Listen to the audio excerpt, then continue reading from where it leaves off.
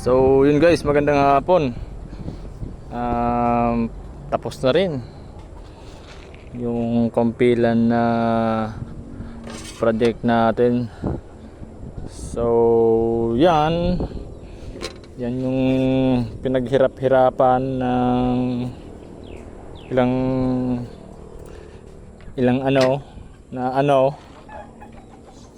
hindi guys, actually talaga September pa to ng kapila. Kasama yung Chris, ginunting Bicol yung albino, Wastari. So apat silang in order.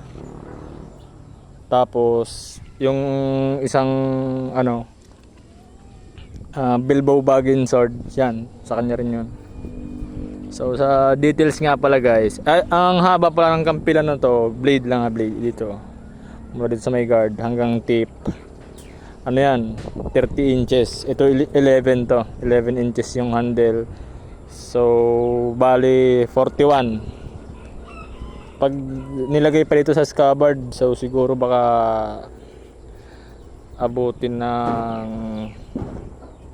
hindi ko sigurado, pero baka abutin ng mga kulang-kulang 50 pulgada to lahat. So papunta tong Canada. Pag-aari ito ni Jorby Ganson. Ayan yung baybayin na yan, Jorby Ganson. Baliktaran yan guys. Jorby Ganson yan, baliktaran yan. Pati yung okit na yan na wave, yung alon yung nilagay ko kasi meron ako nakita na kampilan na luma na may naka-okit din na alon.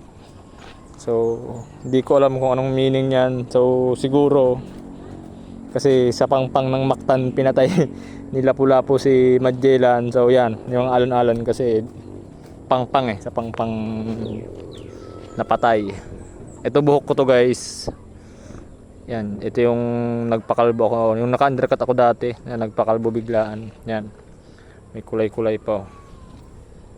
May aluminum pins yan dyan sa gitna ng mga buhok na yan, kaya walang baklasan yan. And ito, nilagyan ko nitong mga brass na itong para siyang and itong yan, coin yan, tinanggalan ko lang ng ibabaw,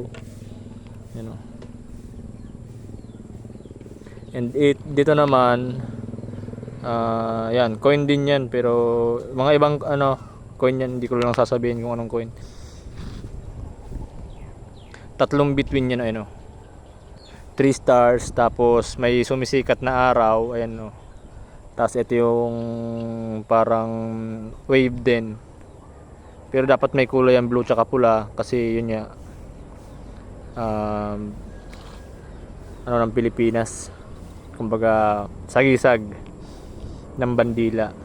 Itong baybayin na yan guys, yan, baybayin na yan, PLIPNAS,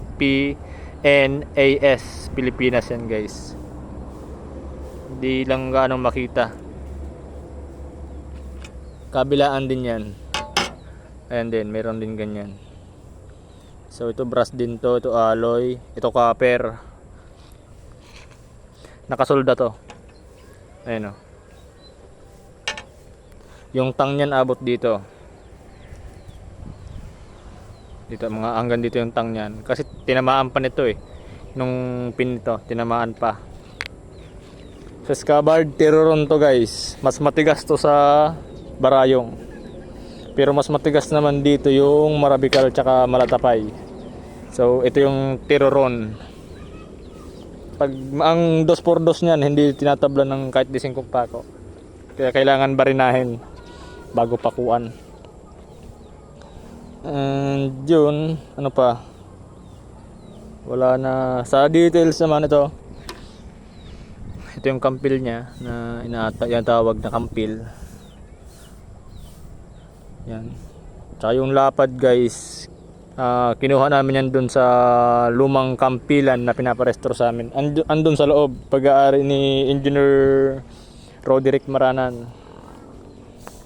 Ito brass, may ukit. Dyan, dito ako nahirapan guys sa ukit na to. Halos ito Tsaka yun, kasama na okay lang talaga. Inabot ako maghapon, tsaka inabot pa ng hanggang alas 9 ng gabi para matapos yan. Okay na yan guys. Ang tigas kasi nung kahoy, tapos yung mga malalapad na parte pa, mano-manong ukit yan. Walang mga machine na kung ano-ano. Yan. Walang maghahawak ng camera, pero i-try nating ipasok guys. Hanggaan lang yan kasi ang nipis ng dulo, and hindi rin ako gaano nagpakapal dito. Mga 5.5 lang to, 5.5 to 6 mm lang yung puno niya. Tapos yung pinakadulo mga 2 mm. Sa talas guys, matalas yan. Tsaka yung ano niyan, itong pinaka cutting bevel niya, kahit batakan niya ng tansi mula dito hanggang dito, straight yan. Tsaka dito naman guys, itong coin na to, pinakagitna niyan, tsaka batakan mo dito, gitna rin yan. Yan yung nakita ko kasi, yan yung kumbaga nakita kong basihan nila. So yan, pasok ko guys. And yan na guys, ang dali niya lang na ipasok.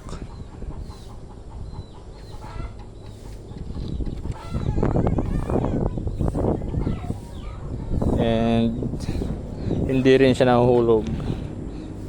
Siyempre guys, dapat ang ipapadala natin, siyempre abroad ipapadala, kailangan kumbaga kahit handmade lang, medyo sabihin nating malupit siyempre.